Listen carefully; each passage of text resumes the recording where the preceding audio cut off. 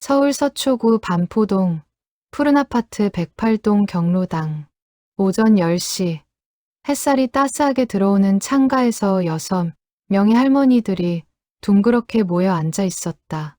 탁자 위에는 차 대신 노트와 펜, 그리고 각종 메모지들이 어지럽게 널려 있었다. 부녀회장 박순이는 71살이었다. 30년 넘게 이 아파트에서 살아온 그는 허리는 굽었지만 목소리만큼은 또렷했다. 은퇴 안경 너머로 매서운 눈빛을 반짝이며 탁자를 톡톡 두드렸다. 자, 다들 집중해요. 오늘로 정확히 석 달째예요. 옆에 앉은 김영자가 손수건으로 이마를 훔쳤다. 68배 그는 이 단지에서 가장 부지런하기로 유명했다. 매일 아침 6시면 어김없이 운동장을 걷는 모습을 볼 수 있었다.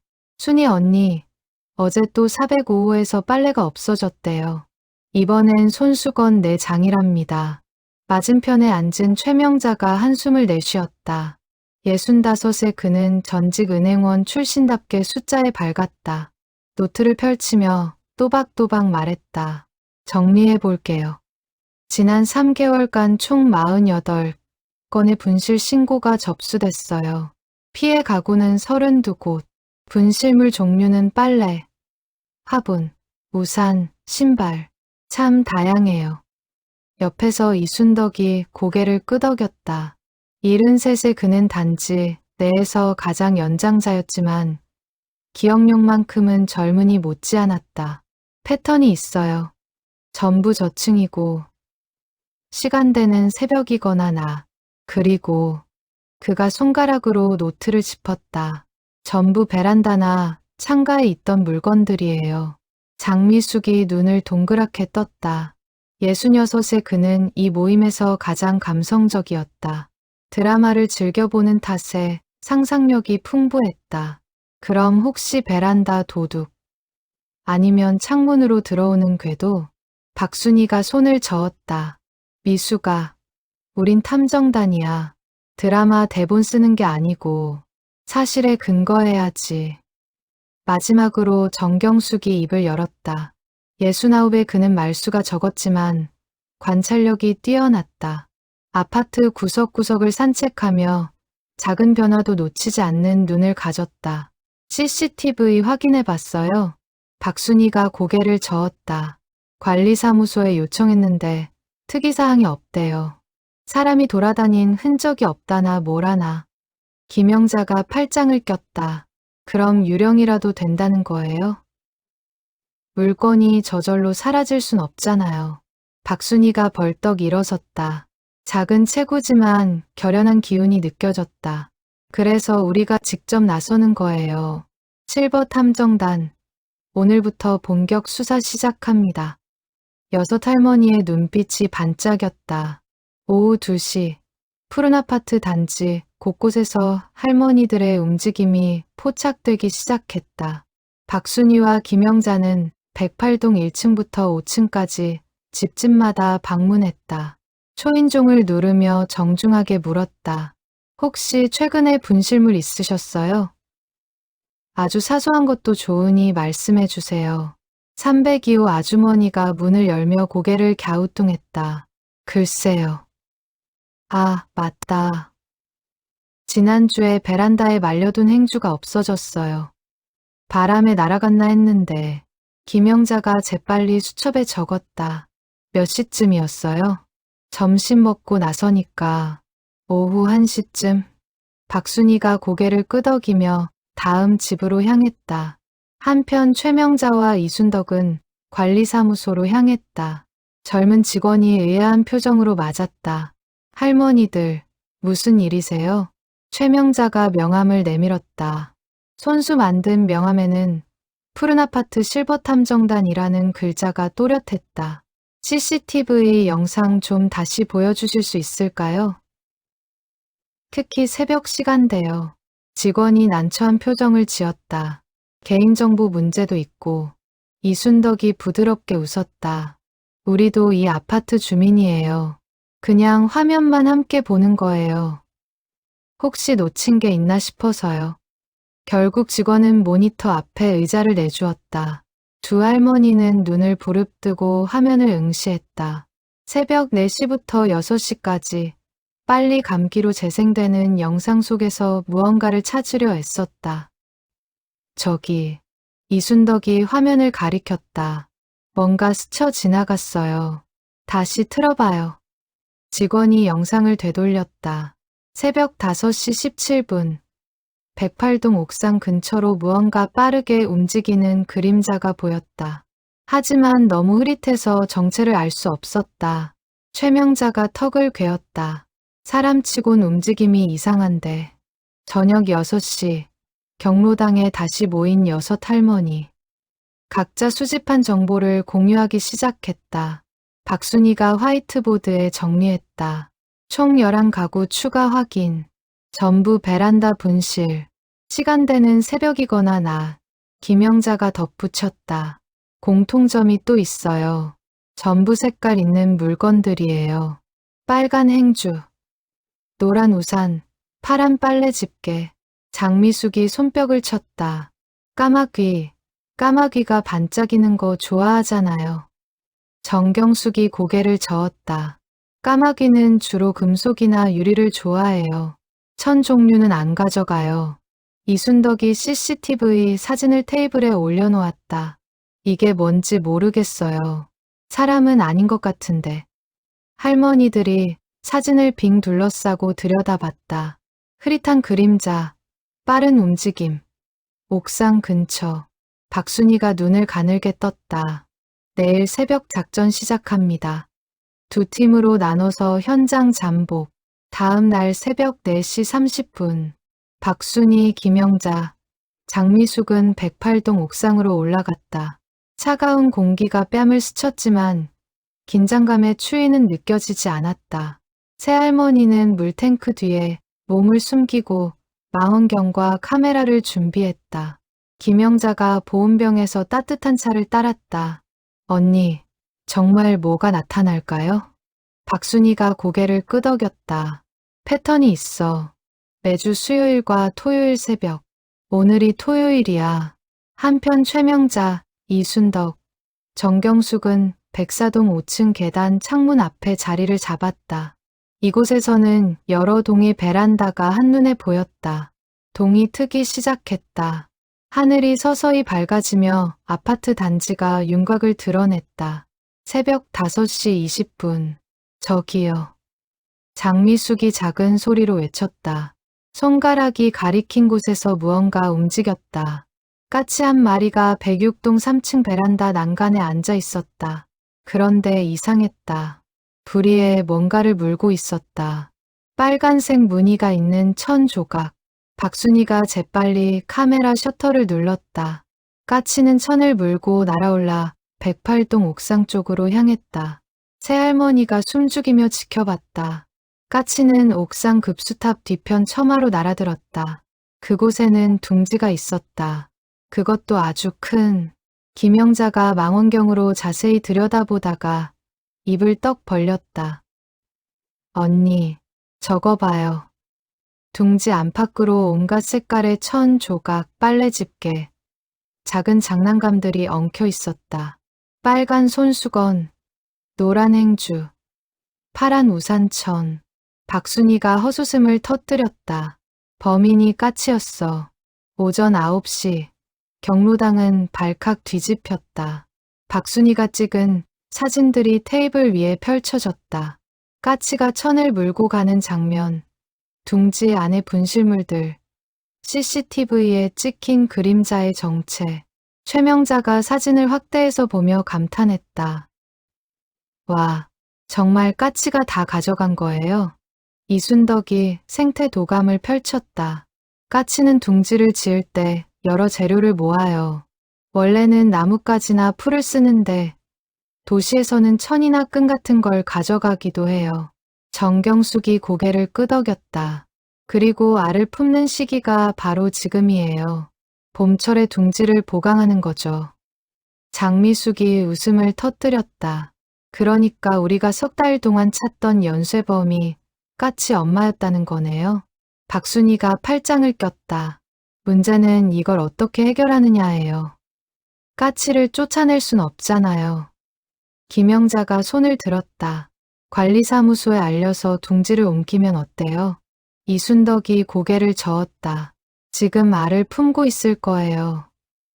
둥지를 함부로 건드리면 새끼들이 위험해요. 여섯 할머니가 침묵에 빠졌다.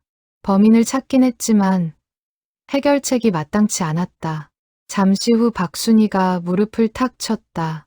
좋은 생각이 났어요. 오전 11시 박순이는 관리사무소장을 만났다. 사무소장은 50대 중반의 남자로 처음엔 믿지 못하겠다는 표정이었다. 하지만 사진을 보자 눈이 휘둥그레졌다. 정말 까치가 가져간 거였군요. 주민들한테 뭐라고 설명해야 할지 박순이가 차분하게 말했다. 설명은 우리가 할게요. 대신 한 가지 부탁이 있어요. 그는 가방에서 서류 한 장을 꺼냈다. 손수 작성한 계획서였다. 까치 공존 프로젝트. 둥지를 그대로 두되 주민들에게 협조를 구하는 거예요. 사무소장이 서류를 읽어 내려갔다. 내용인즉슨 이랬다. 새끼가 부화할 때까지 약 한 달간 저층 주민들에게 베란다 빨래를 조금만 주의해달라고 안내한다. 색깔 있는 천은 실내에 말리거나 빨래망에 넣는다. 동시에 까치를 위한 대체 재료를 옥상에 비치한다. 새끼가 둥지를 떠나면 분실물을 회수하고 둥지를 안전하게 철거한다. 사무소장이 고개를 끄덕였다. 좋습니다. 제가 승인하죠. 대신 주민 설득은 할머니들이 책임져 주세요. 박순이가 씩 웃었다. 그럼요. 우리가 해결한 사건인데 당연하죠. 오후 2시 108동 게시판 앞 박순이가 직접 쓴 안내문이 붙었다. 제목은 우리 이웃같이 가족 이야기였다. 내용은 간결하고 따뜻했다. 연쇄 분실 사건의 범인이 까치였다는 사실, 지금 알을 품고 있다는 것, 한 달만 협조해달라는 부탁. 주민들이 하나둘 모여들었다. 처음엔 어이없어 하던 사람들도 사진을 보고는 웃음을 터뜨렸다. 아니, 까치가 우리 손수건을 가져갔다고요? 그러게요. 저는 도둑인 줄 알고 얼마나 무서웠는지. 젊은 엄마가 손뼉을 쳤다. 우리 아이한테 보여줘야겠어요. 살아있는 자연 학습이잖아요. 옆에 서 있던 김영자가 미소 지었다. 그쵸. 까치도 살아야 하니까요. 하지만 모두가 찬성한 건 아니었다. 305호 아저씨가 인상을 찌푸렸다. 까치 때문에 빨래를 못 말린다고요? 그냥 쫓아내면 되잖아요. 박순이가 다가가 정중하게 말했다. 한 달만 협조해 주세요. 새끼가 자라면 자연스럽게 떠날 거예요. 그때 분실물도 돌려드릴게요. 내 물건이 까치 둥지에 있다는 게 기분이 안 좋단 말이에요. 이순덕이 끼어들었다. 저희가 대신 빨래 말리는 거 도와드릴게요. 옥상에 간이 빨래터를 만들 테니 거기 쓰세요. 아저씨의 표정이 조금 누그러졌다. 옥상에요? 네. 햇볕도 잘 들고 바람도 잘 통해요. 오히려 더 잘 마를 거예요. 결국 아저씨도 고개를 끄덕였다. 저녁 6시 할머니들은 다시 경무당에 모였다. 박순이가 노트에 체크 표시를 하며 중간 보고를 했다. 108동 주민 68가구 중 64가구 동의. 나머지 4곳도 설득 진행 중. 최명자가 계산기를 두드렸다. 옥상 빨래터 설치 비용은 관리비 예비비로 충당 가능해요. 사무소장님이 승인했어요. 장미숙이 스마트폰을 들었다. SNS에 올렸더니 반응이 뜨거워요. 착한 아파트. 동물복지 이런 댓글들이. 정경숙이 조용히 말했다. 내일부터 교대로 까치 관찰 일지 쓰는 건 어때요? 알에서 부화하는 과정을 기록하면 나중에 아이들한테 교육 자료로 쓸 수 있어요. 김영자가 박수를 쳤다. 좋은 생각이에요. 우리가 탐정이자 생태 관찰자가 되는 거네요. 박순이가 웃으며 고개를 끄덕였다. 그럼 내일부터 까치 둥지 일기 시작합니다. 다음 날 아침 7시 장미숙과 정경숙이 옥상에 올라갔다. 조심스럽게 급수탑 뒤로 다가가 망원경을 꺼냈다. 까치 한 쌍이 둥지 주변을 분주하게 오갔다. 수컷으로 보이는 까치가 벌레를 물고 와 암컷에게 건넸다. 암컷은 둥지 안에 가만히 앉아 있었다. 장미숙이 수첩에 적었다. 오전 7시 5분. 수컷 먹이 제공. 암컷 포란 중. 정경숙이 카메라로 사진을 찍었다. 저 수컷. 정말 부지런하네요. 벌써 3번째 먹이 사냥이에요. 남편 까치가 아내 까치 먹여 살리는 거죠 뭐. 두 할머니가 빙그레 웃었다.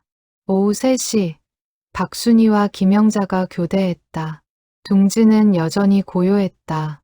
암컷 까치가 때때로 몸을 움직이며 알을 돌리는 모습이 보였다. 박순이가 중얼거렸다. 저렇게 가만히 앉아있는 게 얼마나 힘들까. 김영자가 옆에서 대답했다. 우리도 애 낳을 때 그랬잖아요. 10개월 뱃속에 품고. 그러게. 사람이나 새나 엄마 노릇은 똑같네. 두 할머니의 눈빛이 부드러워졌다. 일주일이 지났다. 옥상 빨래터는 주민들 사이에서 인기 명소가 됐다. 햇볕이 잘 들고 전망도 좋아서 빨래하러 온 김에 차 한 잔 마시며 수다를 떠는 사람들이 늘어났다. 405 아주머니가 빨래를 널며 말했다. 여기 정말 좋네요. 공기도 맑고. 옆에서 209 할아버지가 웃었다. 까치 덕분에 이런 공간이 생겼어요. 고맙다고 해야 하나? 아이들도 찾아왔다. 초등학생 딸을 데려온 엄마가 둥지 쪽을 가리켰다. 저기 봐. 까치 엄마가 알을 품고 있어. 우와. 진짜 신기하다. 아이의 눈이 반짝였다. 한편 경로당에는 까치 둥지 일기가 쌓여갔다. 매일 교대로 관찰한 내용들이 꼼꼼하게 기록됐다. 날씨, 시간, 까치의 행동, 특이사항. 이순덕이 일기를 정리하며 감탄했다. 정말 규칙적이네요. 수컷은 매일 새벽 5시에 첫 먹이 사냥을 나가요. 최명자가 그래프를 그렸다. 하루 평균 15번 먹이를 나르네요. 대단한 성실함이에요. 박순이가 사진첩을 넘겼다. 이 사진들 나중에 전시회 열면 좋겠어요. 까치와 함께한 봄 이런 제목으로. 김영자가 손뼉을 쳤다. 좋아요. 단지 문화재 때 전시하면 딱이겠는데요. 14일째 되는 날 아침. 장미숙이 옥상에 올라가자마자 소리쳤다. 순이 언니, 빨리 와요. 박순이가 헐레벌떡 뛰어왔다. 왜 그래? 무슨 일이야? 장미숙이 망원경을 건넸다. 저기 봐요. 둥지 안에서 작은 움직임이 보였다. 알에서 금이 가기 시작했다. 암컷 까치가 조심스럽게 부리로 껍질을 쪼았다. 박순이의 손이 떨렸다. 부하다. 새끼가 나오고 있어. 두 할머니는 숨도 쉬지 않고 지켜봤다. 작고 분홍빛 머리가 껍질을 뚫고 나왔다. 깃털도 없이 연약한 몸. 꼬물거리는 움직임. 장미숙의 눈에 눈물이 맺혔다. 언니, 정말 감동이에요. 박순이도 울컥했다. 그러게. 생명이 탄생하는 순간을 직접 보다니. 오후 2시, 경로당에 긴급 소집됐다. 6 할머니가 동그랗게 앉았다. 박순이가 사진을 테이블에 올렸다. 첫 번째 새끼가 부화했어요. 김영자가 박수를 쳤다. 축하해요. 우리 까치 가족이 늘어났네요. 최명자가 달력을 펼쳤다. 그럼 앞으로 2주 정도면 둥지를 떠날 거예요. 그때까지 더 조심해야겠어요. 이순덕이 고개를 끄덕였다. 먹이 활동이 더 활발해질 거예요. 새끼 먹이느라 정신없을 테니까. 정경숙이 조용히 말했다. 주민들한테도 알려야 해요. 까치가 더 자주 날아다닐 테니 놀라지 말라고. 박순이가 일어섰다. 좋아요. 2차 안내문 작성합니다. 부화 3일째. 옥상은 관광 명소가 됐다. 소문을 듣고 찾아온 주민들이 조용히 둥지를 관찰했다.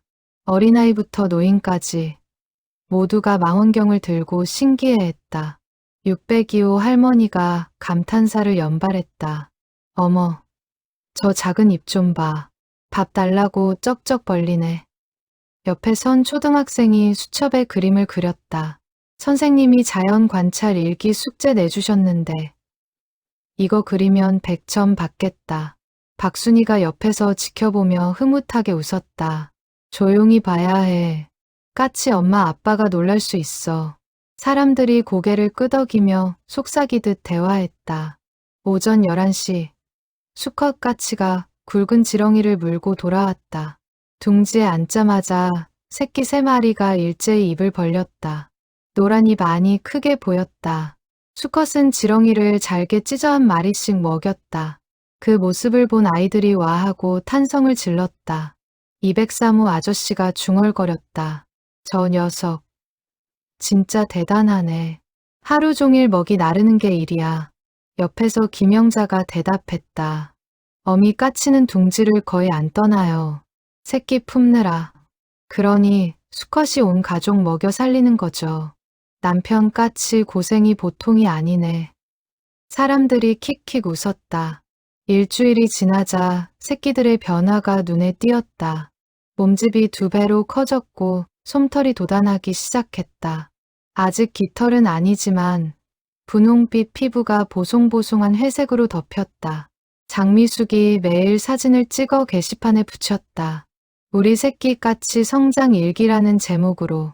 주민들이 출근길에, 퇴근길에 게시판 앞에 멈춰 서서 사진을 봤다.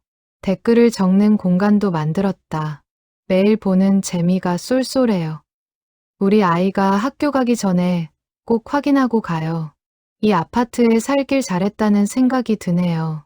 긍정적인 댓글들이 빼곡했다. 하지만 문제도 생겼다. 새끼가 자라면서 먹이 요구량이 급증했다. 부모 까치는 새벽부터 저녁까지 쉴 틈 없이 먹이를 날랐다. 그 과정에서 가끔 베란다 화분을 건드리거나 빨래에 부딪히는 일이 생겼다. 509호 아주머니가 관리사무소에 전화했다. 까치가 제 화분을 떨어뜨렸어요. 흙이 온 베란다에. 사무소 직원이 난처한 표정으로 박순이에게 연락했다. 박순이는 즉시 509호로 달려갔다. 깨진 화분과 흩어진 흙이 보였다. 정말 죄송해요. 제가 바로 치워드릴게요. 아주머니는 화가 난 표정이었다. 할머니 잘못은 아니지만 까치 때문에 이런 일이 자꾸 생기면 어떡해요? 박순이가 무릎을 꿇고 흙을 쓸었다. 일주일만 더 참아주세요. 새끼들이 거의 다 컸어요. 곧 둥지를 떠날 거예요. 정말요? 네, 제가 책임지고 지켜볼게요. 그때까지 불편하신 점 있으면 언제든 연락 주세요. 박순이의 진심이 전해졌는지 아주머니의 표정이 풀렸다. 알았어요. 그럼 조금만 더 기다릴게요. 저녁 6시 경로당. 박순이가 한숨을 쉬며 의자에 앉았다. 김영자가 물을 건넸다. 언니, 괜찮아요? 괜찮긴. 주민들 민원이 하나둘 들어오기 시작했어. 화분, 빨래, 소음. 최명자가 걱정스러운 표정을 지었다. 새끼들이 떠날 때까지 버틸 수 있을까요? 이순덕이 달력을 보며 말했다. 일주일이면 돼요. 생태서적에 따르면 부화 후 18일에서 20일 사이에 둥지를 떠나요. 정경숙이 조용히 덧붙였다. 그때까지 우리가 더 신경 써야 해요. 까치 동선을 파악해서 주민들한테 미리 알려주는 거예요. 장미숙이 손을 들었다. 제가 CCTV 영상 분석해 볼게요. 까치가 주로 어느 시간대에 어느 방향으로 날아다니는지 패턴을 찾아보죠. 박순이가 고개를 들었다. 동료들의 눈빛이 반짝이고 있었다. 고마워요, 얘들아. 우리 함께 끝까지 해봅시다. 6 할머니가 손을 마주 잡았다. 다음 날부터 작전이 시작됐다. 장미숙은 이틀 동안 CCTV 영상을 분석했다.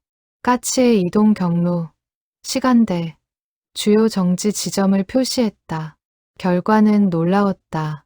수컷 까치는 주로 새벽 5시에서 오전 9시, 그리고 오후 4시에서 6시에 활동했다. 이동 경로도 거의 일정했다. 최명자가 그 정보를 바탕으로 안내문을 작성했다. 까치 이동 시간표, 해당 시간대에는 베란다 출입 자제 부탁드립니다. 안내문을 각 동 게시판에 붙이자 효과가 나타났다. 주민들이 까치 시간을 피해 빨래를 널거나 화분을 옮겼다. 민원이 눈에 띄게 줄었다. 한편 이순덕과 정경숙은 옥상에서 관찰을 이어갔다. 새끼 까치들이 점점 활발해졌다. 둥지 가장자리에 올라서서 날개를 펄럭이는 연습을 했다. 정경숙이 카메라를 들이대며 중얼거렸다. 곧 날 것 같아요. 이순덕이 고개를 끄덕였다. 깃털도 거의 다 자랐어요. 며칠 안 남았어요. 두 할머니는 뿌듯하면서도 아쉬운 마음이 들었다. 부화 18일째 되는 날 아침, 박순이와 김영자가 옥상에 올라가자 놀라운 광경이 펼쳐졌다. 새끼 까치 한 마리가 둥지 밖으로 나와 있었다. 급수탑 난간에 위태롭게 앉아 날개를 퍼덕였다. 부모 까치가 주변을 빙빙 돌며 격려하듯 울었다. 김영자가 손으로 입을 막았다. 첫 비행이에요. 박순이가 카메라를 들었다. 손이 떨렸지만 셔터를 놓치지 않았다. 새끼 까치가 용기를 내어 날개를 활짝 폈다. 그리고 뛰어내렸다. 휘청거리며 날았다. 완벽하진 않았지만 몇 미터를 날아 옆 건물 지붕에 착지했다. 부모 까치가 기뻐하며 새끼 곁으로 날아갔다. 두 할머니의 눈에 눈물이 맺혔다. 해냈어. 우리 새끼. 날았어요. 마치 손주를 보는 것처럼 뿌듯했다. 오후에 두 번째, 저녁에 세 번째 새끼도 둥지를 떠났다. 셋 다 비틀거렸지만 결국 날아올랐다. 부모 까치는 새끼들을 데리고 단지 곳곳을 날아다녔다. 주민들이 마당에 나와 손뼉을 쳤다. 까치 새끼들 날아다닌다. 와, 진짜 귀엽네. 아이들이 뛰어다니며 까치를 따라갔다. 저녁 6시 경로당. 6할머니가 모여 앉았다. 테이블 위에는 케이크 한 판이 놓였다. 박순이가 촛불을 켰다. 우리 까치 가족 독립 축하. 모두가 박수를 치며 웃었다. 케이크를 자르며 김영자가 말했다. 이제 둥지 정리하고 분실물 찾아야죠. 최명자가 고개를 끄덕였다. 내일 관리사무소 직원이랑 함께 올라가기로 했어요. 장미숙이 스마트폰을 보며 킥킥거렸다. SNS 난리 났어요. 우리 아파트가 착한 아파트로 유명해졌대요. 정경숙이 조용히 웃었다. 명성보다 중요한 건 우리가 배운 거예요. 함께 산다는 것. 이순덕이 차를 따르며 덧붙였다. 사람도 동물도 모두 이웃이죠. 박순이가 잔을 들었다. 실버 탐정단 첫 사건 대성공. 6할머니의 웃음소리가 경로당을 가득 채웠다. 다음 날 아침 9시 옥상. 박순이와 김영자 그리고 관리사무소 직원 2명이 둥지 앞에 섰다. 긴 막대와 큰 비닐봉지, 장갑을 준비했다. 박순이가 둥지를 올려다보며 말했다. 조심히 해야 해요. 새들은 떠났지만 둥지는 소중하니까. 젊은 직원이 사다리를 세웠다. 제가 올라가서 내려드릴게요. 고마워요. 직원이 사다리를 타고 올라가 둥지에 손을 뻗었다. 그리고 눈이 휘둥그레졌다. 할머니, 이거 정말 대단한데요? 둥지 안팎으로 온갖 물건이 엉켜 있었다.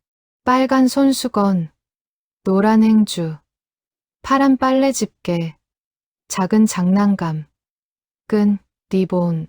김영자가 아래에서 비닐봉지를 받쳐들었다. 하나씩 내려줘요.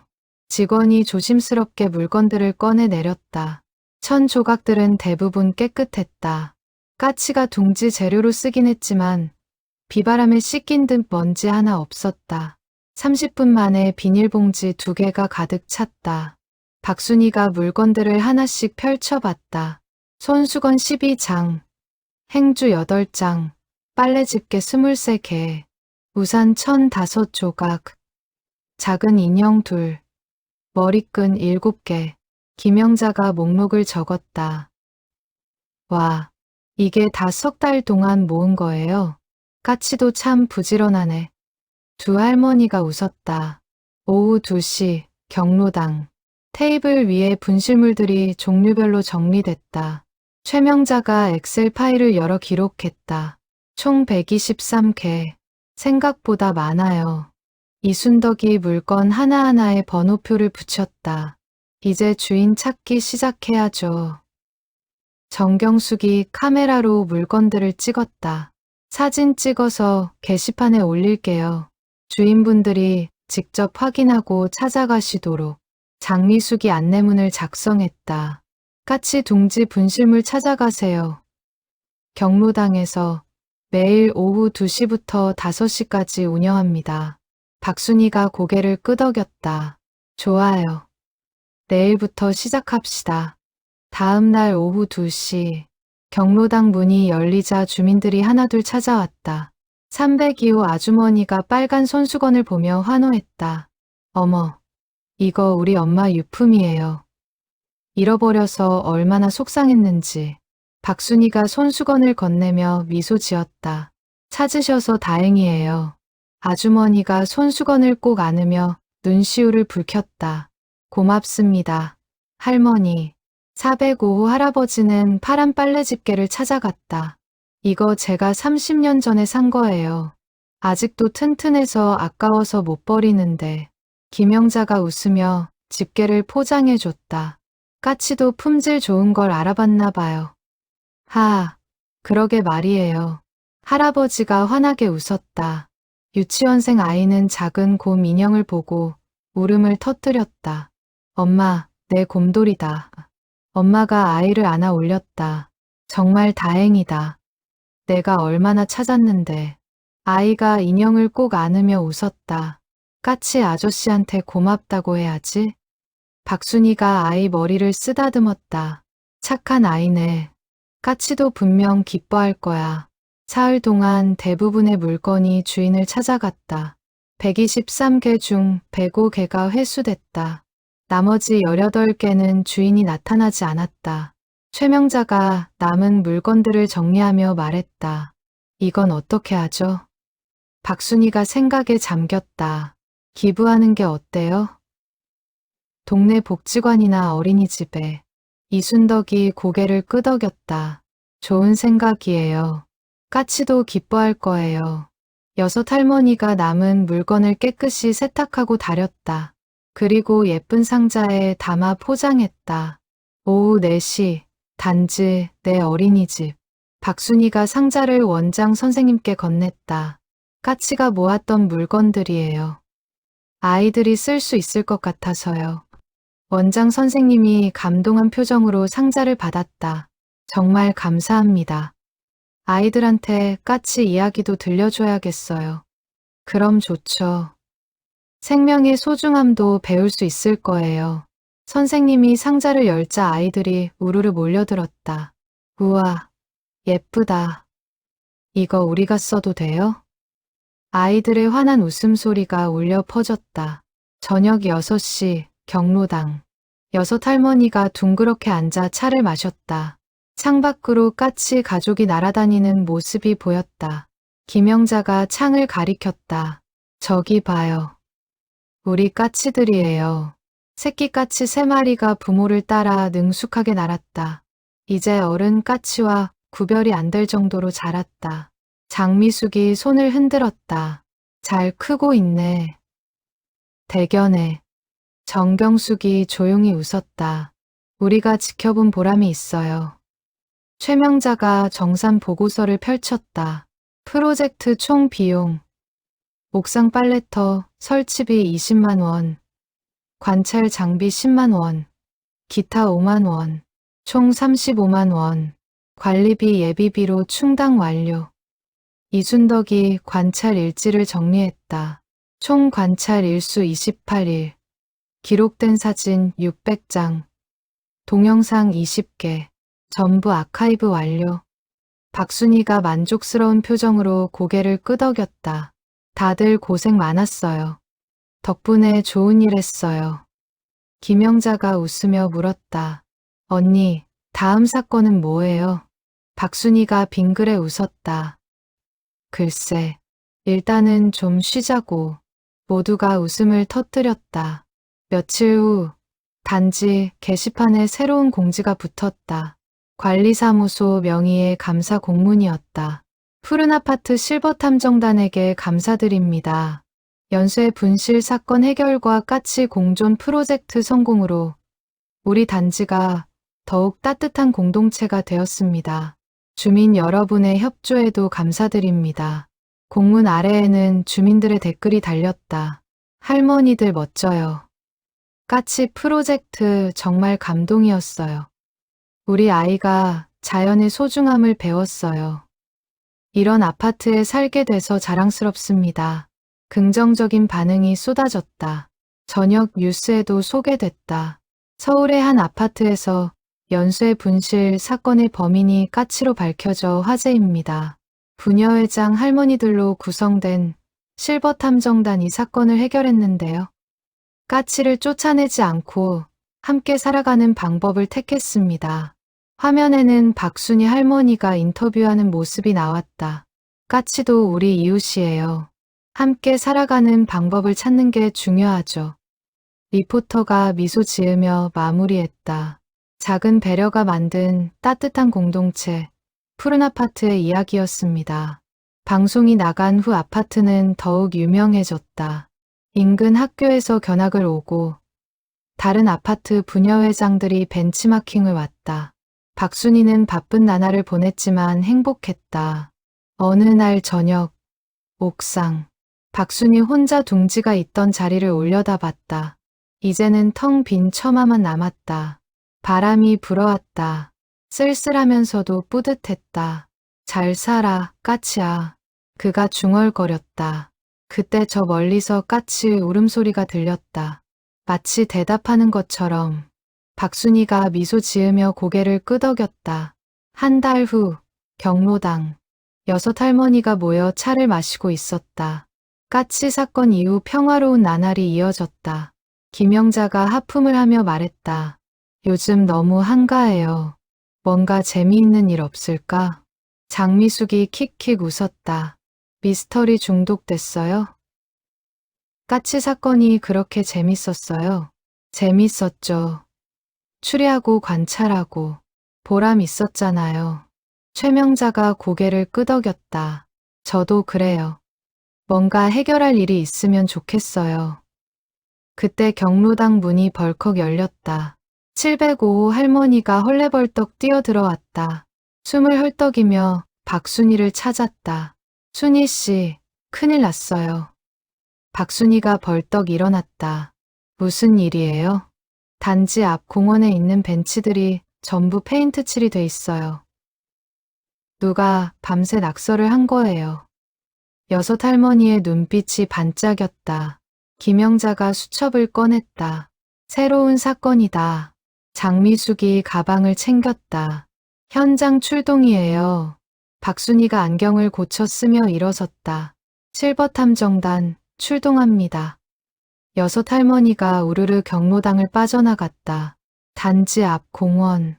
정말로 벤치 10개에 형형색색의 페인트가 칠해져 있었다. 무작위로 뿌린 듯 지저분했다. 이순덕이 벤치를 자세히 살폈다. 페인트가 아직 마르지 않았어요. 몇 시간 안 됐을 것 같아요. 정경숙이 주변을 둘러봤다. CCTV는 없고 최명자가 페인트 자국을 사진으로 찍었다. 색깔이 다양해요. 빨강, 파랑, 노랑, 초록. 박순이가 턱을 괴며 생각에 잠겼다. 왜 벤치에 낙서를 했을까?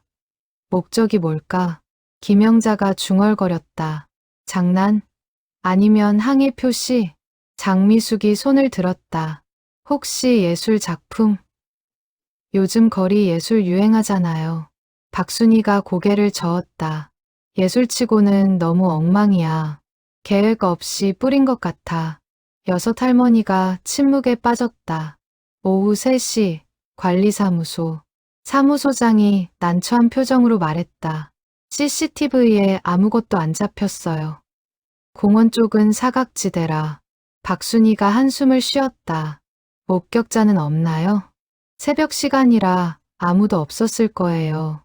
그럼 페인트는 어떻게 치워요? 전문 업체 불러야 할 것 같아요. 비용이 좀 들겠지만 박순이가 고개를 끄덕였다. 일단 주민들한테 공지부터 하세요. 불안해하실 테니까. 저녁 6시 경로당. 여섯 할머니가 다시 모였다. 테이블 위에 오늘 찍은 사진들과 메모들이 펼쳐졌다. 최명자가 정리했다. 범행 시각 추정. 새벽 2시에서 5시 사이. 사용된 페인트 색깔. 빨강, 파랑, 노랑, 초록, 보라 5가지. 이순덕이 덧붙였다. 페인트 종류는 스프레이. 분사 패턴이 일정하지 않아요. 정경숙이 사진을 확대했다. 여기 봐요. 바닥에 페인트 방울이 떨어진 흔적이 있어요. 김영자가 눈을 가늘게 떴다. 방울 크기가 다르네요. 누군가 서두르며 뿌렸다는 뜻일까요? 장미숙이 상상력을 발휘했다. 혹시 범인이 여러 명? 한 명당 한 색깔씩? 박순이가 고개를 저었다. 가능성은 있지만 증거가 없어. 일단 주변 탐문부터 시작하자. 다음 날 오전, 할머니들은 공원 주변 상가를 돌았다. 편의점, 카페, 분식집, 약국. 하나씩 방문하며 물었다. 혹시 어제 밤 늦게 이상한 사람 보셨어요? 대부분 고개를 저었다. 새벽 시간엔 가게들이 문을 닫기 때문이었다. 하지만 24시간 편의점 아르바이트생이 기억을 더듬었다. 아, 맞다.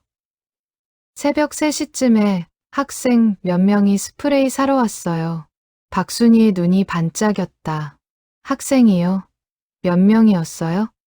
셋인가 네. 정확히는 모르겠어요. 후드 입고 있어서 얼굴은 안 보였어요. 스프레이 색깔 기억나세요?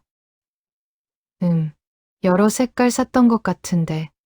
빨강, 파랑, 그 정도? 김영자가 재빨리 메모했다. 감사합니다. 경로당으로 돌아와 정보를 공유했다. 최명자가 분석했다. 학생 서너 명, 여러 색 스프레이 구매, 시각 새벽 3시. 범행 추정 시각과 일치해요. 이순덕이 고개를 끄덕였다. 학생들이라면 장난일 가능성이 높아요. 정경숙이 조용히 말했다. 하지만 왜? 단순히 재미로? 박순이가 턱을 괴며 생각했다. 뭔가 이유가 있을 거야. 학생들이 무작정 남의 재산에 낙서하진 않아. 장미숙이 스마트폰을 뒤지기 시작했다. SNS 확인해 볼게요. 요즘 애들 다 올리잖아요. 1시간 후. 장미숙이 소리쳤다.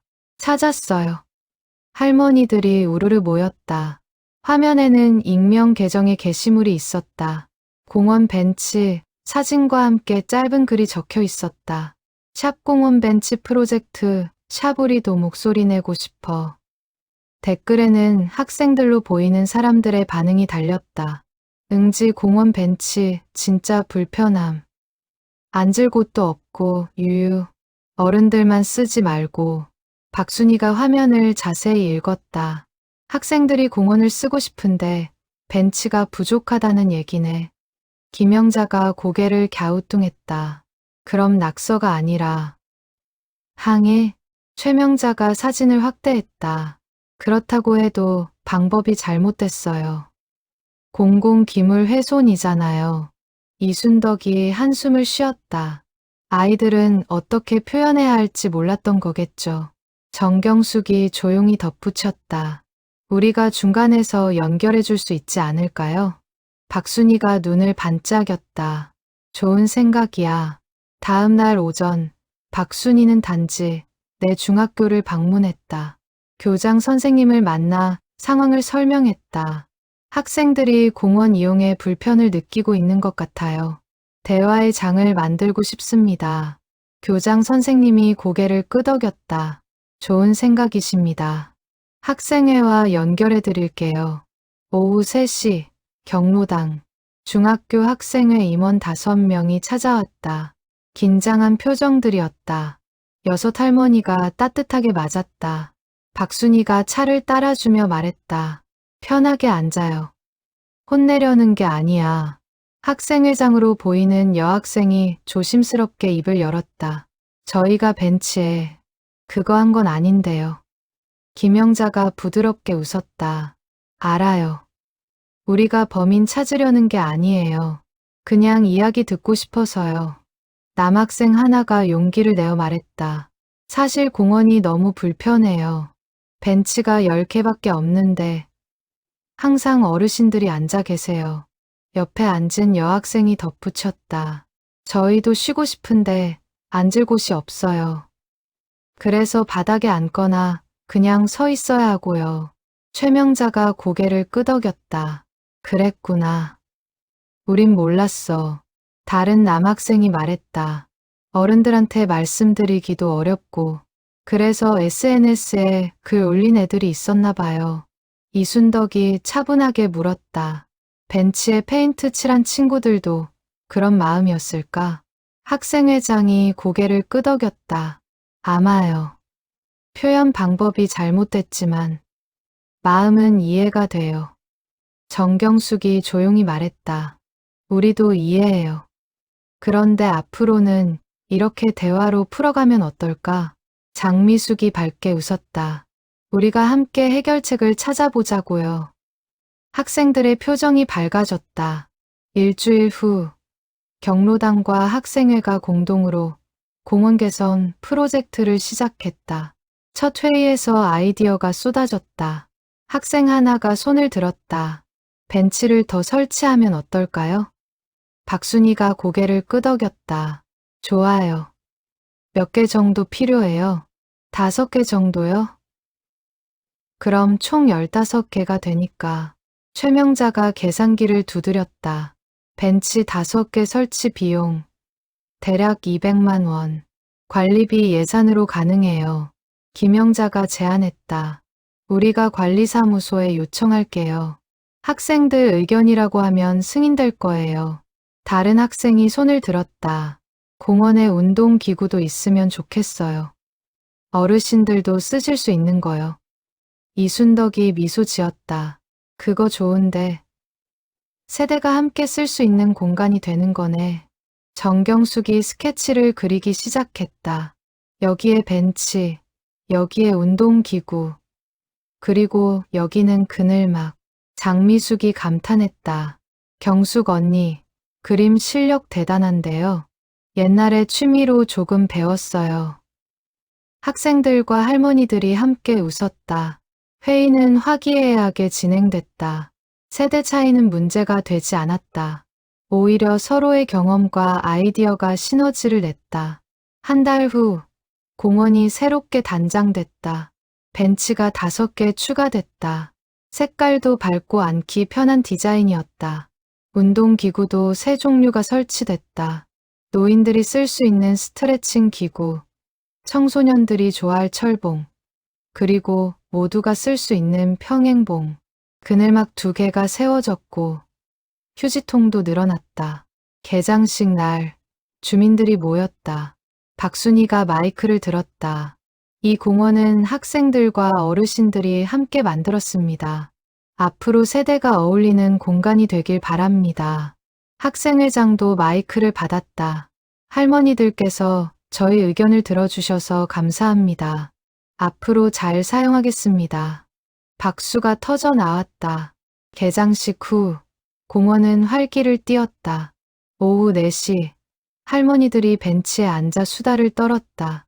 5시 학생들이 와서 운동을 했다. 6시 함께 저녁 노을을 바라봤다. 어느 날 저녁 한 학생이 박순이에게 다가왔다. 할머니, 숙제 도와주실 수 있어요? 무슨 숙제? 역사 과제인데 6.25 전쟁 경험담을 인터뷰하래요. 박순이가 빙그레 웃었다. 그럼 우리 경로당으로 와. 전쟁 경험하신 분들 많아. 학생이 눈을 반짝였다. 정말요? 감사합니다. 다음 주부터 학생들이 경로당을 드나들기 시작했다. 숙제 도움받으러 오는 학생, 바둑 배우러 오는 학생, 그냥 이야기 나누러 오는 학생, 할머니들도 기뻐했다. 젊은 에너지가 경로당을 활기차게 만들었다. 김영자가 학생에게 뜨개질을 가르쳤다. 이렇게 바늘을 넣고, 그래, 잘하네. 할머니, 이거 진짜 재밌어요. 최명자는 학생들에게 컴퓨터를 배웠다. 이 앱은 어떻게 쓰는 거야? 여기 누르시면 돼요. 쉽죠? 오, 신기하다. 이순덕은 학생들과 텃밭을 가꿨다. 씨앗을 이렇게 심으면 돼. 흙을 살살 덮어주고 언제 싹이 나요? 일주일이면 볼 수 있을 거야. 정경숙은 학생들에게 그림을 가르쳤다. 색연필을 이렇게 눕혀서 칠하면 부드러워. 우와, 진짜 다르다.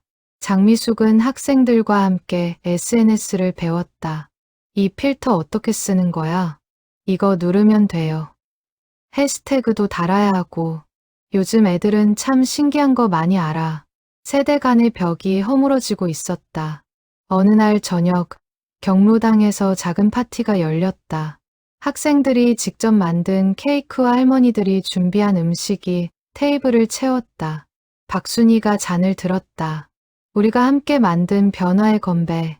학생들과 할머니들이 함께 외쳤다. 건배. 웃음소리가 경로당을 가득 메웠다. 학생회장이 박순이에게 다가왔다. 할머니, 감사해요. 처음엔 무섭고 어려울 줄 알았는데. 뭐가 무서워? 우리도 다 너희 같은 시절이 있었어. 이제 알았어요. 할머니들도 우리랑 똑같다는 거. 박순이가 학생의 머리를 쓰다듬었다. 그래, 나이만 다를 뿐이지. 마음은 다 같아. 옆에서 김영자가 덧붙였다. 앞으로도 자주 놀러와. 언제든 환영이야. 학생들이 환하게 웃었다. 그날 밤, 6 할머니가 경로당을 정리하며 이야기를 나눴다. 최명자가 말했다. 까치 사건 때보다 더 뿌듯해요. 이순덕이 고개를 끄덕였다. 까치는 우리가 지켜준 거지만 이번엔 우리가 다리를 놓아준 거니까요. 정경숙이 조용히 웃었다. 세대 간의 다리. 그게 우리가 한 일이에요. 장미숙이 창밖을 바라봤다. 공원에 불이 켜졌네요. 학생들이 운동하나 봐. 김영자가 미소 지었다. 우리가 만든 변화가 계속되고 있어요. 박순이가 일어서며 말했다.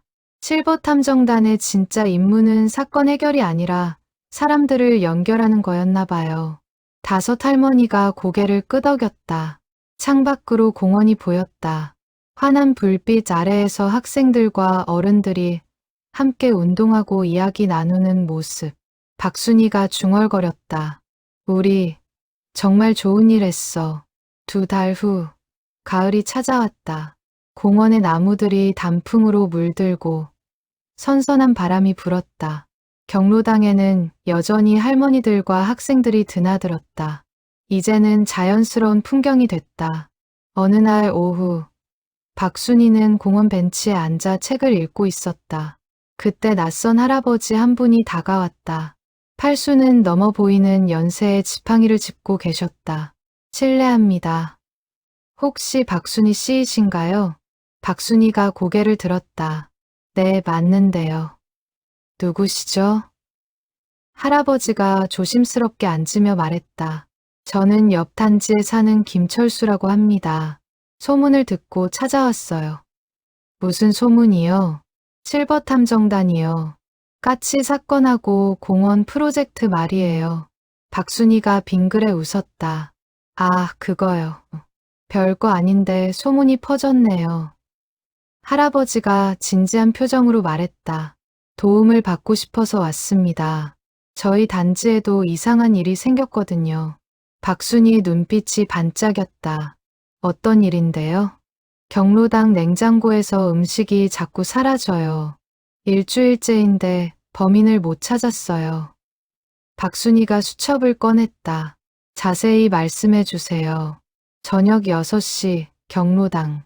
여섯 할머니가 긴급 회의를 열었다. 김철수 할아버지도 함께 자리했다. 박순이가 화이트보드에 정리했다. 옆 단지 경로당, 냉장고, 음식 분실. 일주일간 총 5번. 분실물은 김밥, 샌드위치, 과일 등. 김영자가 물었다. 시간대는 언제예요? 김철수 할아버지가 대답했다. 전부 밤이에요. 경로당 문을 잠그고 나서요. 최명자가 고개를 갸우뚱했다. 문을 잠갔는데 어떻게 들어가죠? 그게 이상해요. 문은 잠겨 있고 창문도 닫혀 있고 흔적이 없어요. 이순덕이 생각에 잠겼다. 혹시 열쇠를 가진 사람이 관리인하고 회장만 가지고 있어요. 둘 다 아니에요. 정경숙이 조용히 말했다. CCTV는요? 경로당 안에는 없어요. 복도에만 있는데 아무도 안 지나갔대요. 장미숙이 눈을 동그랗게 떴다. 유령. 아니면 텔레포트? 박순이가 웃으며 손을 저었다. 미수가 또 드라마 보는구나. 유령은 밥을 안 먹어. 모두가 웃었다. 박순이가 결심한 표정으로 말했다. 좋아요. 우리가 현장에 가봅시다. 다음 날 오전, 여섯 할머니는 옆 단지로 향했다. 김철수 할아버지가 안내했다. 경로당은 우리 단지와 비슷한 구조였다. 박순이가 냉장고를 열어봤다. 평범한 냉장고였다. 최근에 뭐가 없어졌어요? 어제 저녁에 넣어둔 주먹밥이요. 김영자가 냉장고 주변을 살폈다. 다른 흔적은 없네요. 최명자가 문과 창문을 확인했다. 잠금 장치 이상 없어요. 강제로 연 흔적도 없고요. 이순덕이 천장을 올려다봤다. 환기구도 너무 작아요. 사람이 들어올 크기가 아니에요. 정경숙이 바닥을 살폈다. 발자국이나 먼지 흔적도 없어요. 장미숙이 중얼거렸다. 정말 유령 아닐까요? 박순이가 턱을 괴며 생각했다. 뭔가 놓치고 있어. 분명히 단서가 있을 텐데. 그때 김영자가 냉장고 뒤를 가리켰다. 저기 봐요. 냉장고와 벽 사이에 작은 틈이 있었다. 그곳에 무언가 빛나는 게 보였다. 박순이가 손전등을 비췄다. 이게 뭐지? 최명자가 막대기로 꺼냈다. 작은 은색 포장지였다. 초콜릿 포장지네요. 이순덕이 포장지를 자세히 봤다. 최근 제품이에요. 며칠 안 됐을 것 같아요. 박순이가 주변을 더 살폈다. 냉장고 옆 찬장 아래에서도 부스러기가 발견됐다. 빵 부스러기예요. 김영자가 눈을 반짝였다. 범인이 여기서 먹었다는 거예요? 그런 것 같아요. 하지만 어떻게 들어왔을까? 여섯 할머니가 침묵에 빠졌다. 오후 3시, 우리 경로당으로 돌아왔다. 테이블에 증거물들이 놓였다. 초콜릿 포장지, 빵 부스러기, 사진들. 최명자가 정리했다. 범인은 음식을 훔쳐서 현장에서 먹었어요. 하지만 출입 흔적이 없어요. 이순덕이 고개를 끄덕였다. 내부인이거나 아니면 우리가 모르는 통로가 있거나. 정경숙이 조용히 말했다. 다시 가봐야 할 것 같아요. 밤에 박순이가 눈을 반짝였다. 잠복 수사. 장미숙이 손뼉을 쳤다. 재밌겠다. 김영자가 웃으며 말했다. 우리 진짜 탐정되는 거 아냐? 다음 날 밤 10시, 여섯 할머니는 옆 단지 경로당 근처에 숨었다. 복도 구석, 비상계단, 화장실, 각자 무전기를 들고 교신했다. 박순이가 속삭였다. 자, 모두 준비됐죠? 김영자의 목소리가 들렸다. 네, 언니. 저는 복도 감시 중이에요. 최명자도 대답했다. 저는 비상계단이에요. 이순덕, 정경숙, 장미숙도 각자 위치를 확인했다. 시간이 흘렀다. 11시, 12시. 아무 일도 일어나지 않았다. 새벽 1시. 장미숙이 하품을 했다. 언니, 정말 오늘 올까요? 박순이가 대답했다. 패턴상 이틀에 한 번씩이니까 올 거야. 조금만 더 기다려봐. 새벽 2시. 정경숙의 무전기에서 작은 소리가 들렸다. 저기, 뭔가 움직여요. 모두가 긴장했다. 어디? 경로당 옆 환기구. 아니, 저건. 박순이가 급히 움직였다. 경로당 벽면을 보니 작은 환기구가 있었다. 그런데 그 환기구 덮개가 열려 있었다. 안쪽에서 작은 손이 나왔다. 김영자가 손전등을 켰다.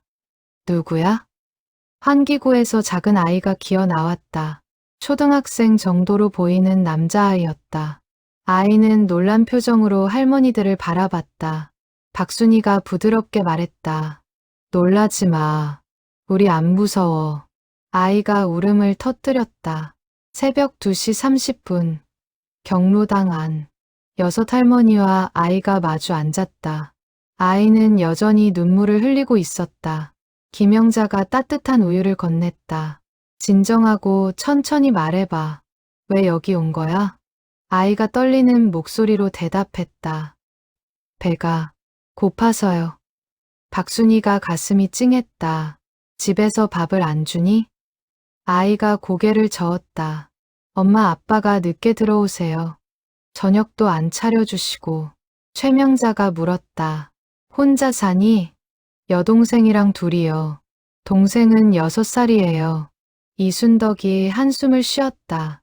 부모님은 뭐 하시는데? 몰라요. 맨날 일한다고 나가시는데. 밤늦게 들어오세요. 정경숙이 조용히 물었다. 환기구는 어떻게 알았어? 아이가 고개를 숙였다. 청소하시는 아저씨가 거기로 다니는 거 봤어요.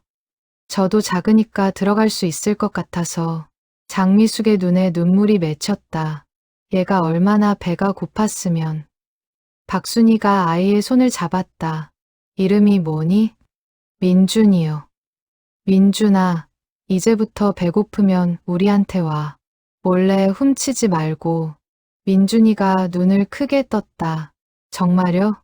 혼 안 내세요? 응. 대신 약속해. 동생이랑 같이 밥 먹으러 와. 민준이가 다시 울음을 터뜨렸다. 이번엔 안도의 눈물이었다. 다음 날 아침, 6할머니는 민준이네 집을 방문했다. 초인종을 눌렀지만 대답이 없었다. 문틈으로 안을 들여다보니 어두컴컴했다. 김영자가 걱정스럽게 말했다. 정말 아무도 없나 봐요. 그때 옆집 문이 열렸다. 중년 여자가 나왔다. 혹시 민준이네 찾으세요? 박순이가 고개를 끄덕였다. 네, 부모님 계세요? 여자가 한숨을 쉬었다. 아침 일찍 나가셨어요. 맨날 그래요. 애들만 집에 두고 자주 그러나요? 네, 저도 걱정돼서 가끔 밥 챙겨주는데 요즘 제가 바빠서 못 챙겼어요. 최명자가 물었다. 부모님 연락처 아세요? 알긴 하는데 전화해도 잘 안 받으세요. 일하느라 바쁘다고. 6할머니가 눈빛을 교환했다. 오후 3시, 경로당. 민준이와 여동생 지은이가 왔다. 두 아이 모두 깡마른 체구였다. 김영자가 도시락을 펼쳤다. 자, 많이 먹어. 민준이가 주저하며 물었다. 진짜 먹어도 돼요? 그럼, 우리가 준비한 거야. 두 아이가 허겁지겁 밥을 먹었다. 얼마나 배가 고팠는지 눈물을 흘리며 먹었다. 장미숙이 눈물을 훔쳤다. 저렇게 굶었구나. 박순이가 아이들을 지켜보며 다짐했다. 우리가 챙겨줘야 해. 그날부터 민준이와 지은이는 매일 경로당에 왔다. 할머니들이 번갈아 가며 밥을 챙겨줬다. 아침, 점심, 저녁. 이순덕이 영양을 고려한 식단을 짰다. 성장기 아이들이니까 단백질이 중요해요. 정경숙이 반찬을 만들었다. 지은이가 고기를 좋아하네. 많이 해줘야겠어요. 최명자가 간식을 준비했다. 우유하고 과일도 챙겨야죠. 아이들은 점점 살이 오르고 표정이 밝아졌다. 민준이가 어느 날 말했다. 할머니들, 정말 감사해요. 지은이도 고개를 끄덕였다. 할머니들이 우리 진짜 할머니 같아요. 김영자가 아이들을 꼭 안았다. 우리도 너희가 손주 같아. 한 달 후, 박순이는 민준이 부모를 만났다. 저녁 8시, 경로당. 민준이 부모가 찾아왔다. 30대 중반의 부부였다. 피곤한 표정이었다. 아버지가 고개를 숙였다. 죄송합니다. 저희가 애들을 제대로 못 챙겼어요. 어머니도 눈물을 흘렸다. 일이 너무 바빠서. 변명이지만 박순이가 차를 따라주며 말했다. 무슨 일 하세요? 아버지가 대답했다. 저는 경비원이고 아내는 식당에서 일해요. 둘 다 새벽부터 밤까지. 그렇게 일해도 힘드세요? 어머니가 고개를 끄덕였다. 빚이 있어요. 갚느라. 애들한테 미안하지만 어쩔 수가 없어요. 김영자가 부드럽게 말했다. 아이들은 우리가 챙길 테니 걱정 마세요. 아버지가 놀란 표정으로 물었다. 정말요? 폐를 끼치는데. 최명자가 웃었다. 폐가 아니에요. 우리한테는 기쁨이에요. 이순덕이 덧붙였다. 대신 주말에는 가족끼리 시간 보내세요. 아이들이 부모님을 그리워해요. 부모가 눈물을 흘렸다. 감사합니다. 정말 감사합니다. 그날부터 민준이네 가족과 할머니들의 인연이 시작됐다. 주중엔 할머니들이 아이들을 돌보고 주말엔 가족끼리 시간을 보냈다. 부모는 할머니들께 감사의 마음을 표현하려 작은 선물을 가져왔다. 어머니가 직접 만든 김치, 아버지가 고른 과일, 박순이가 웃으며 받았다. 이런 거 안 가져와도 돼요. 아니에요. 저희가 감사한 마음을 표현하고 싶어요. 할머니들도 기뻐했다. 어느 날 저녁, 경로당. 민준이가 숙제를 하고 있었다. 지은이는 색칠 공부를 했다. 김영자가 민준이 옆에 앉아 숙제를 도와줬다. 이 문제는 이렇게 푸는 거야. 오, 이해됐어요. 장미숙이 지은이에게 색연필을 건넸다. 이 색도 예쁘지? 네, 할머니.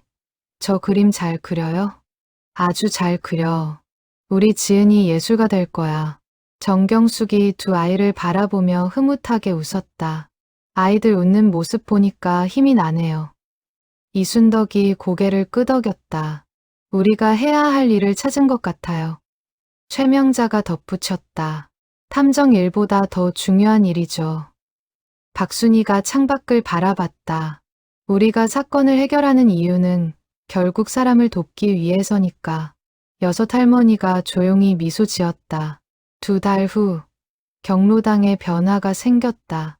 민준이와 지은이 같은 아이들이 더 늘어났다. 방과 후 갈 곳이 없는 아이, 혼자 밥을 먹어야 하는 아이, 숙제 도움이 필요한 아이. 할머니들은 기꺼이 받아들였다. 박순이가 관리사무소에 제안했다. 경로당을 세대 공감 센터로 바꾸면 어떨까요? 사무소장이 눈을 반짝였다. 좋은 아이디어네요. 어르신들과 아이들이 함께 쓰는 공간? 네. 오전엔 어르신들, 오후엔 아이들, 저녁엔 함께. 주민들 동의만 얻으면 가능할 것 같아요. 주민 설명회가 열렸다. 박순이가 앞에 서서 설명했다. 우리 단지에 도움이 필요한 아이들이 있어요. 부모님이 바쁘셔서 혼자 있는 아이들요. 한 아주머니가 손을 들었다. 그럼 경로당을 어린이집처럼 쓴다는 건가요? 김영자가 대답했다. 어린이집은 아니고요. 그냥 아이들이 안전하게 있을 수 있는 공간이에요. 할머니들이 함께 있어주는 거죠. 젊은 엄마가 박수를 쳤다. 좋아요. 우리 아이도 보내고 싶어요. 할아버지 한 분이 웃으며 말했다. 아이들 웃음소리 들으니까 활기차고 좋던데요. 투표 결과 찬성 85%, 세대 공감 센터가 탄생했다. 센터가 열린 첫날, 오후 3시, 아이들이 하나둘 모였다. 총 15명. 할머니들이 준비한 간식을 먹으며 숙제를 했다. 최명자가 수학을 가르쳤다. 분수는 이렇게 계산하는 거야. 이순덕이 과학을 도와줬다. 식물은 빛과 물이 필요해. 정경숙이 미술을 지도했다. 색칠은 천천히 선 밖으로 나가지 않게. 장미숙이 영어를 가르쳤다. How are you? 이렇게 발음해봐. 김영자가 간식을 나눠줬다. 많이 먹어. 잘하는 아이들이니까. 박순이는 전체를 총괄하며 아이들을 살폈다. 다들 재미있니? 아이들이 환하게 웃었다. 네, 할머니들이 엄마보다 잘 가르쳐줘요. 할머니들도 덩달아 웃었다. 한 달 후, 센터는 단지의 명물이 됐다. 지역 신문에 소개되고 TV 뉴스에도 나왔다. 세대가 함께 어울리는 특별한 공간, 세대 공감 센터를 소개합니다. 리포터가 박순이를 인터뷰했다. 어떻게 시작하게 되셨나요? 아이들이 도움이 필요했어요. 우리가 할 수 있는 일을 한 거죠. 힘들지 않으세요? 박순이가 웃었다. 전혀요. 오히려 우리가 힘을 얻어요. 카메라가 아이들을 비췄다. 할머니 무릎에 앉아 책을 읽는 아이, 함께 그림을 그리는 아이, 웃으며 이야기하는 아이들. 따뜻한 풍경이었다.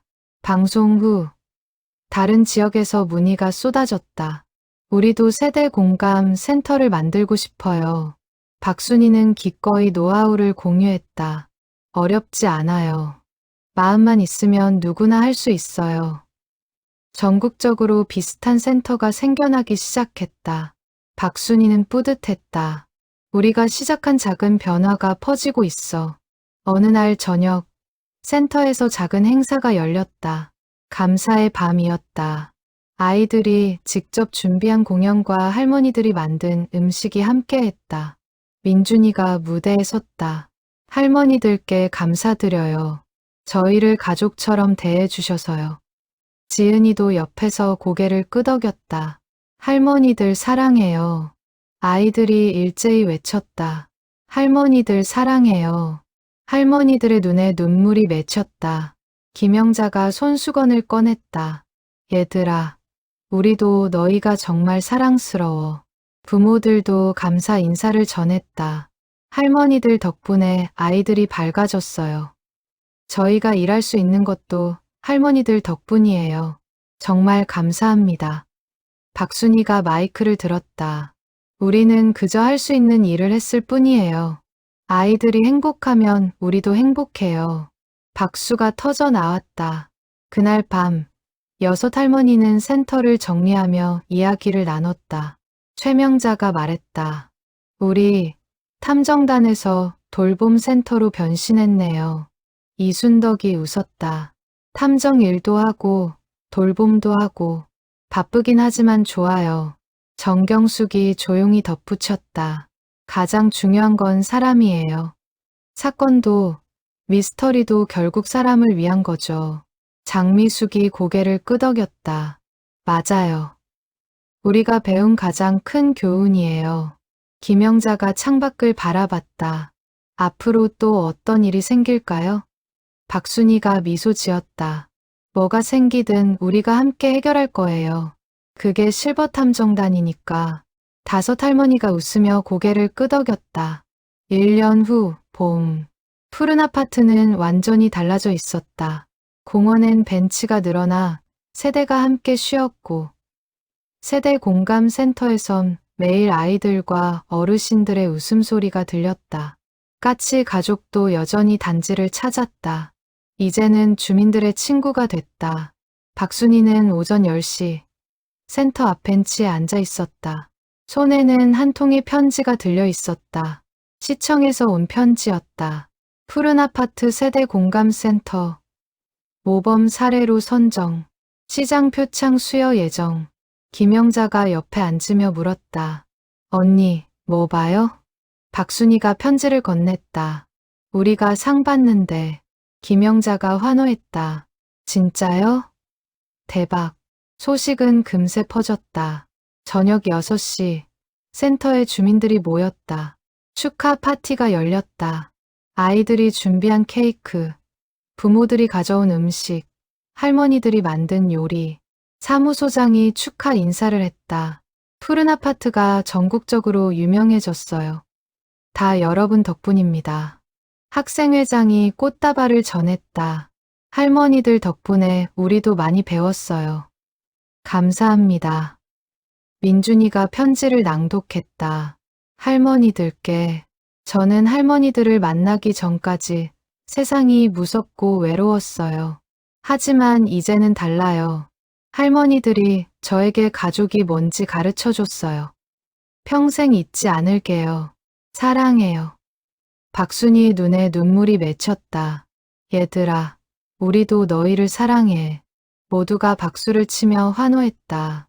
시상식 날, 시청 대강당에 푸른 아파트 주민들이 모였다. 무대 위에 6 할머니가 섰다. 시장이 표창장을 수여했다.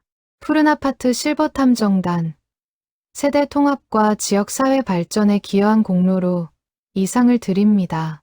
박순이가 표창장을 받으며 소감을 말했다. 우리는 특별한 일을 한 게 아니에요. 그저 이웃을 돌보고 아이들을 사랑하고 함께 살아가는 방법을 찾았을 뿐이에요. 세상 모든 곳에서 이런 일이 일어나길 바랍니다. 청중이 기립 박수를 보냈다. 저녁, 센터로 돌아온 할머니들, 테이블 위에 표창장을 올려놓고 둘러앉았다. 김영자가 말했다. 우리 정말 대단한 거 한 거 맞죠? 최명자가 웃었다. 대단하긴요. 그냥 마음 가는 대로 한 건데. 이순덕이 고개를 끄덕였다. 마음이 제일 중요하죠. 정경숙이 조용히 덧붙였다. 앞으로도 계속할 거예요? 장미숙이 환하게 웃었다. 당연하죠. 실버탐정단은 영원해요. 박순이가 잔을 들었다. 우리의 미래의 건배. 6 할머니가 함께 외쳤다. 건배. 웃음소리가 센터를 가득 채웠다. 며칠 후 박순이는 옥상에 올라갔다. 까치 둥지가 있던 자리를 올려다봤다. 이제는 새로운 둥지가 만들어지고 있었다. 올해도 까치 가족이 찾아온 것이다. 박순이가 미소 지었다. 또 오셨네. 환영해요. 바람이 불어왔다. 따뜻하고 부드러운 봄바람. 아래에서 아이들 웃음소리가 들렸다. 센터에서 노는 모습이 보였다. 공원에선 학생들과 어른들이 함께 운동했다. 단지 곳곳에서 사람들이 어울렸다. 박순이는 뿌듯했다. 우리가 만든 변화가 계속되고 있어. 그때 김영자가 옥상으로 올라왔다. 언니 여기 있었네요. 응, 바람 쐬러 왔어. 김영자가 옆에 섰다. 다음 사건은 뭘까요? 박순이가 빙그레 웃었다. 글쎄, 뭐가 나타날지 모르지. 기대돼요. 나도. 2 할머니가 나란히 서서 단지를 내려다봤다. 햇살이 따스하게 내리쬐었다. 새들이 지저귀고 아이들이 뛰어놀고 사람들이 웃었다. 평화롭고 따뜻한 풍경. 박순이가 중얼거렸다. 이게 우리가 꿈꾸던 세상이야. 김영자가 고개를 끄덕였다. 네, 함께 만든 세상이요. 2 할머니가 미소 지으며 계단을 내려갔다. 아래에선 나머지 할머니들과 아이들이 기다리고 있었다. 언니들, 빨리 와요. 게임 시작해요. 지금 간다. 6 할머니가 아이들 사이에 섞여 앉았다. 웃음과 제잘거림이 센터를 가득 채웠다. 창밖으로 까치 한 쌍이 날아갔다. 서로를 따라 하늘을 날았다. 함께 살아가는 세상. 그것이 푸른 아파트가 만든 기적이었다.